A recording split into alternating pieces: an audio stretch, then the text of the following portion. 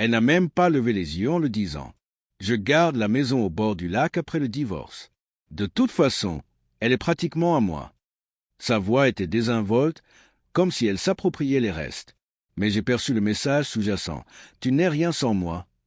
Elle n'a pas remarqué ma main se crisper sur la tasse de café. Elle n'a pas remarqué le léger sourire sur mon visage. Elle pensait que j'étais paralysé par la stupeur.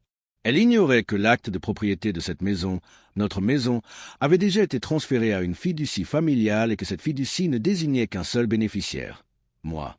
Nous avons acheté la maison au bord du lac il y a 5 ans, à une époque où l'amour se résumait encore au café du matin et au rire du soir. Elle l'appelait la maison de ses rêves. Elle marchait pieds nus sur le ponton, un verre de vin à la main, disant que c'était un sentiment de liberté. Je la croyais. À l'époque, je croyais tout ce qu'elle disait. Elle m'avait dit qu'elle adorait l'odeur du cèdre, alors je lui avais construit une terrasse en bois. Elle disait vouloir un endroit pour se créer des souvenirs. Elle n'avait pas dit vouloir un endroit pour les cacher. La première fissure apparut un soir d'été, lorsqu'elle annonça qu'elle rendrait visite à sa sœur en ville. Son parfum était différent ce soir-là, plus capiteux, plus affirmé. Son sourire s'attarda un peu trop longtemps sur le seuil. 2 mois plus tard, je vis le premier message. Il ne m'était pas destiné. Il est trop naïf. La maison au bord du lac sera à moi une fois que tout sera fini. Elle l'avait envoyé à sa sœur. Sa sœur, qui m'avait toujours adressé un sourire trop poli, comme si elle détenait un secret. Je ne l'ai pas confrontée. Pas encore. L'émotion est une arme. Celui qui s'en sert en premier perd généralement. Alors, j'ai commencé à tout documenter discrètement, patiemment. J'ai trouvé le 2e téléphone caché dans sa voiture. J'ai fait des copies de ses relevés bancaires. J'ai parlé à l'avocat de ma famille, un vieil ami de mon père qui me devait plus d'une faveur. Lorsqu'elle a envoyé un SMS à sa sœur pour lui parler de la maison au bord du lac, les papiers étaient déjà en règle. Le titre de propriété avait déjà été transféré. La fiducie avait déjà été enregistrée. Je l'avais signée 2 semaines plus tôt, juste avant qu'elle ne demande le divorce. Le timing, c'était crucial. Elle ignorait que j'avais trouvé ses emails avec son avocat. Elle ignorait que je savais qu'elle comptait bloquer mes comptes professionnels, se faire passer pour la victime au tribunal et soutirer le maximum de sympathie possible. Alors, je l'ai laissé croire qu'elle avait gagné. J'ai même laissé son avocat croire que la maison au bord du lac était toujours un bien commun. Puis est arrivé l'appel. Mon avocat m'a raconté plus tard que le sien avait hurlé au téléphone, m'accusant de dissimuler des biens, menaçant de faire appel à des experts comptables. Mon avocat, que Dieu le bénisse, lui a simplement dit de vérifier les délais légaux. Le transfert de propriété était daté et enregistré avant le dépôt de la demande de divorce. Parfaitement légal, incontestable. Le silence. Puis, ce que mon avocat a décrit comme un soupir de défaite. Ce soir-là, elle est venue me parler. Elle voulait paraître raisonnable, calme, le genre de femme avec laquelle un juge pourrait avoir de la compassion.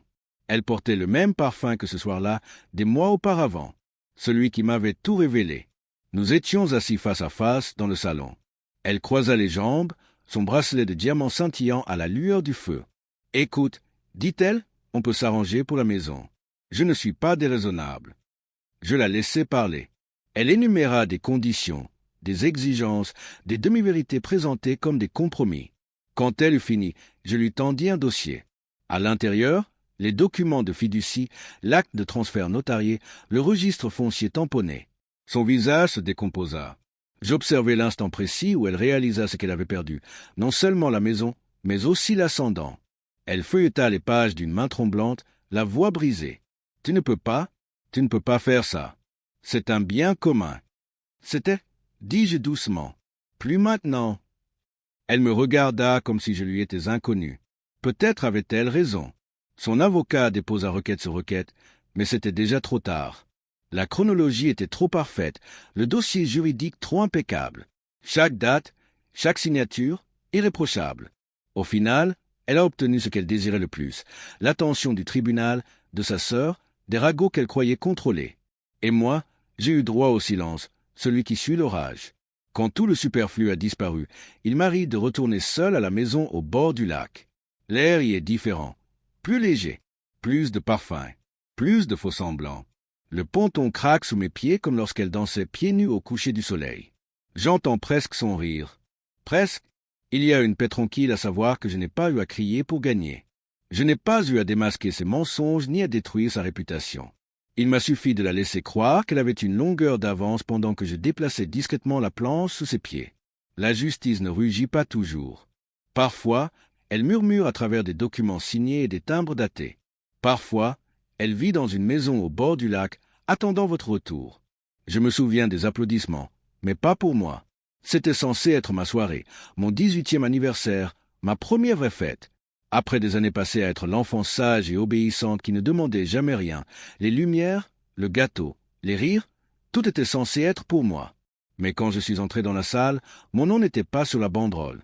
C'était le sien. Joyeux 18e anniversaire encore une fois, Ethan, pouvait-on lire en lettres d'or. Mon frère aîné souriait au centre de l'attention, comme s'il l'avait mérité 2 fois. Je suis resté figé, serrant contre moi la robe que ma mère avait choisie pour moi. Elle m'a jeté un bref regard d'excuse avant de se précipiter pour l'aider à couper mon gâteau. Mon père ne m'a même pas remarqué. Je n'ai pas fait d'esclandre. J'ai juste souri, applaudi quand on me l'a demandé, et je suis parti au milieu de la soirée. Personne ne m'a suivi. C'était la dernière fois que je les voyais pendant un bon moment. J'ai appris quelque chose ce soir-là. Le silence n'est pas une faiblesse, c'est un calcul. Ils avaient passé des années à faire de moi l'enfant de l'ombre. Ethan était le garçon en or. Charmant, téméraire, mais toujours pardonné. J'étais le parent pauvre, celle qu'on appelait responsable par simple indifférence.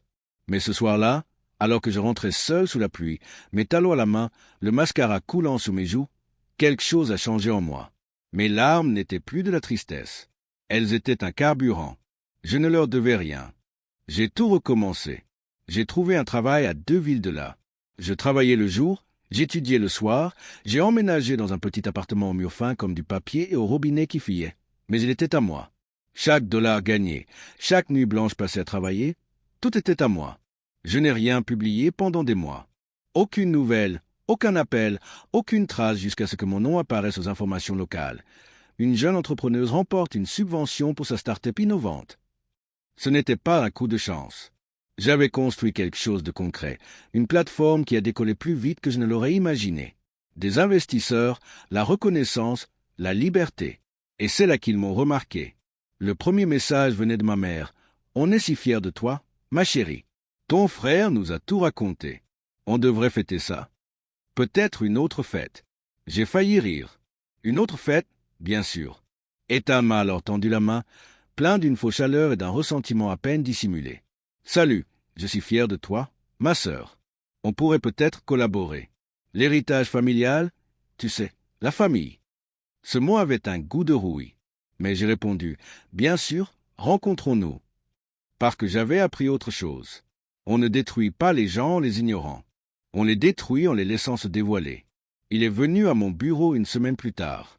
Le même sourire narquois, la même arrogance enrobée de parfum et de charme. Mais en dessous, le désespoir. Son entreprise avait fait faillite. Des dettes, des procès. Il voulait un partenariat, un changement de marque sous mon nom. J'ai accepté d'y réfléchir. Et puis j'ai commencé mon travail. Chaque document qu'il m'envoyait, je l'ai examiné méticuleusement. Chaque courriel imprudent, chaque fausse déclaration. J'ai discrètement constitué un dossier en béton de sa fraude et de ses prêts impayés. Je ne l'ai pas confronté. J'ai simplement attendu. Entre-temps, j'ai invité mes parents à un gala de charité que j'organisais pour de jeunes entrepreneurs. Ethan était l'invité d'honneur, même s'il l'ignorait. Je m'étais assuré que les bonnes personnes soient présentes, journalistes, investisseurs, autorités de régulation. Le soir du gala, il fit son entrée avec une assurance déconcertante, comme si les lieux lui appartenaient. Les flashs crépitaient. Mes parents rayonnaient à ses côtés, baignant dans l'illusion d'une famille unie. Puis je pris la parole. « J'aimerais vous présenter une personne très spéciale, » dis-je, le micro fermement en main. Quelqu'un qui m'a appris que le succès ne se mesure pas à la notoriété, mais à la responsabilité. Les lumières s'éteignirent.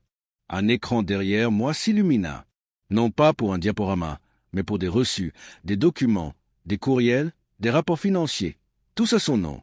Ces fraudes, ces faux contrats, c'étaient contractés auprès de la société qu'il avait tenté de fusionner avec la mienne.